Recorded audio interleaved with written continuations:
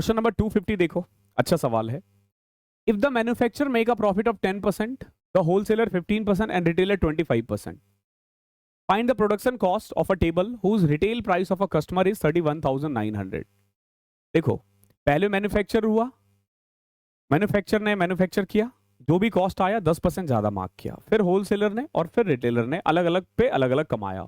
At the end customer को वो इतने का पड़ा है, तो पूछा है कि मैन्युफैक्चर कॉस्ट कितना होगा। तो इसमें अगेन हम सक्सेसिव लगाते हैं। कैसे? देखो, पहले वाले बंदे ने 10% कमाया, यानी 10 का सामान 11 में बेचा। दूसरे वाले ने 15% कमाया, 15% को हम 3/20 कहते हैं, यानी 20 का सामान 23 में बिका। और तीसरे ने 25% कमाया, यानी 4 का सामान 5 में बेचा। देखो, 5 से कटा 2, ठीक है, 4 दूनी 8, 160 रुपए का सामान ना कितने में बेचा जा रहा है? 253 में। समझे? तो ये जो आप 3109 देख रहे थे ना, 31,900, ये वैल्यू है 253 की। ये किसकी? 160 की। ओके,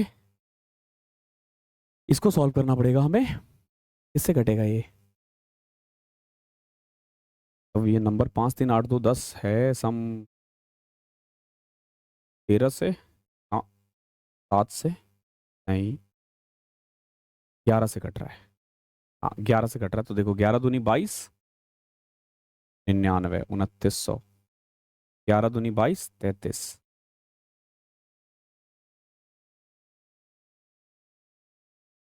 23 कट तो नहीं रहा यार।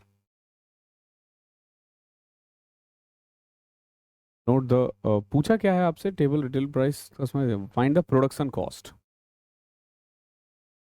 160। ये तो पॉइंट में आएगा यार फिर।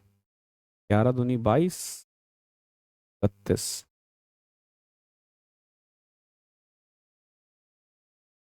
पॉइंट में ऑप्शन भी नहीं है, एक हो कि ऑप्शन हो। चलो, बाय ऑप्शन जा सकते हैं। पता है कैसे? देखो, हमारे अकॉर्डिंग 160 का सामान 253 में बिक रहा है ना, ठीक है। आप देखोगे 1.5 गुना से ज्यादा हो रहा है। 31,900 ना 1.5 गुना से ज्यादा एक ही ऑप्शन में है, 20,000 एक ही ऑप्शन में है, ठीक है। आप इस तरीके से जा सकते हो, अदरवाइज ये पॉइंट में आएगा, ठीक है।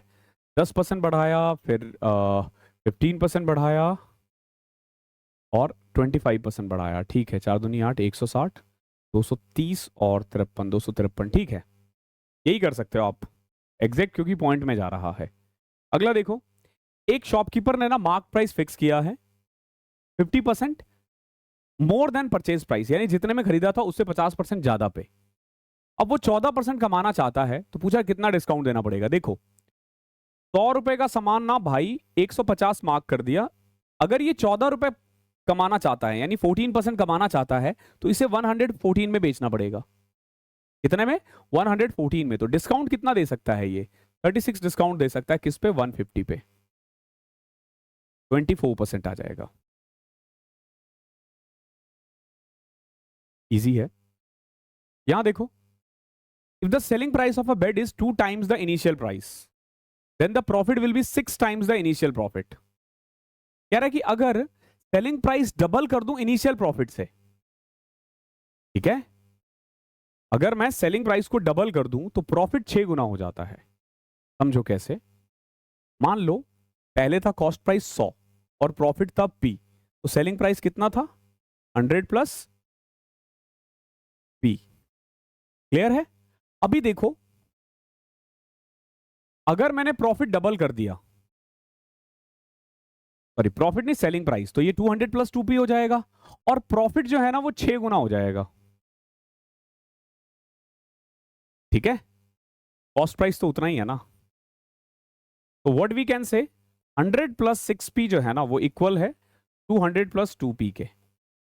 4P is equal to 100, P की वैल्यू आ गई 25। बहुत इजी क्वेश्चन है, अगर इस तरीके से करोगे तो बहुत प्यार से हो जाएगा, नहीं तो ये क्वेश्चन आपको बहुत ज्यादा घुमा सकता है और फिर भी आप गलत करोगे। क्वेश्चन नंबर 253 देखो फिर से, find the effective rate of percentage of discount. Discount क्या है? 8, 16 और 3। फिर से बताया, ऐसे क्वेश्चन टाइम खराब करते हैं, हद से ज्यादा टाइम खराब करते हैं, ठीक है। क्या आप राउंड ऑफ पे जाओगे? सारे ही बहुत क्लोज है, बहुत क्लोज है। ठीक है, तो बेस्ट ऑप्शन है छोड़ना। मैं ये वाला करवा रहा हूं, इसके बाद अगर इस टाइप के आए तो मैं लीव कर दूंगा।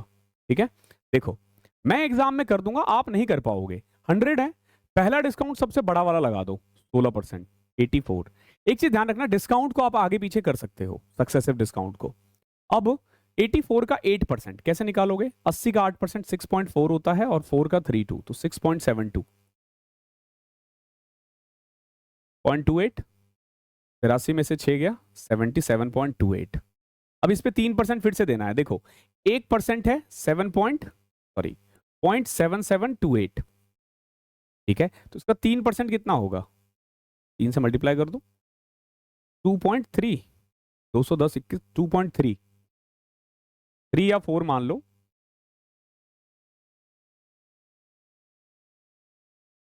74 पॉइंट समथिंग आ रहा है। क्या पूछा आपसे? Find the effective price percentage. हाँ, तो 74 पॉइंट समथिंग है। वो भी देख रहे हो, दो दो ऑप्शन है, तो क्लोज जाओगे ना, जैसे 32 वगैरह है तो 96 के आसपास जाएगा। ठीक है, 88 के करीब आ रहा है हमारे अकॉर्डिंग, 74.88, तो क्लोज तो यही है। फिर से यहां देखो, उमेश ने एक आइटम 22% लॉस पर बेचा। अगर इसने 5% कम में खरीदा होता और 935 ज्यादा में बेचा होता तो इसे 15% का प्रॉफिट होता। तो ऐसे क्वेश्चंस को आंख बंद करके ऐसे किया करो कि भाई खरीदा है 100p में और बेचता था ये 78p में 22% डिस्काउंट पे। अगर ये 5% कम में खरीदा होता, यानी 95p में बेचा होता, में खरीदा होता, और कितने में बेचा होता? 935 ज्यादा, तो उसे 15% प्रॉफिट होता। नाउ समझो इस चीज को, 15% ऑफ दिस 95p का 15%, 15% को हम 3/20 कहते हैं, should be equal to profit of this. तो जब इसमें से घटाओगे ना तो 935 माइनस 17p आ जाएगा। 5 से कट किया 19, 4, 57p अपॉन में 4 plus 17p is equal to 935। 68, 7, 75, 50, 125p upon में 4 इज इक्वल टू 935। ठीक है, अभी समझो, 36, 3740, 125p जो है ना वो है 3740, बट हमें 100p निकालना है। पहले इस 125 को इधर लेके आ जाओ, ये p की वैल्यू 100 से मल्टीप्लाई कर दो। देखो ये 4, ये 5, 5 से कट करोगे, 5 7 35, 5 हो के 20, 5 8 40, 2800, 2992। बहुत प्यारा क्वेश्चन है, बहुत प्यारा क्वेश्चन है। अगला देखो, क्वेश्चन नंबर 255।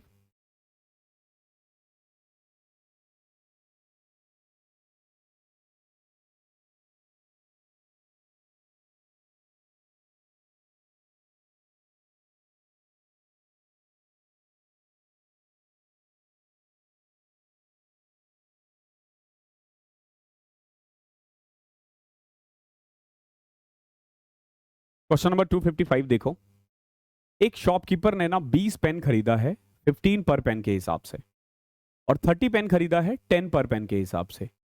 दोनों को मिक्स किया है और बेच दिया है 14 पर पेन के हिसाब से। पूछा कितना प्रॉफिट या लॉस होगा पर पेन ऑन एन एवरेज। देखो 20 पेन खरीदा 15 के हिसाब से, यानी 300 रुपए। जब आप 20 पेन खरीदोगे 15 के हिसाब से तो 300 रुपए, और 30 पेन खरीदे हो 10 के हिसाब से, अगेन 300 रुपए।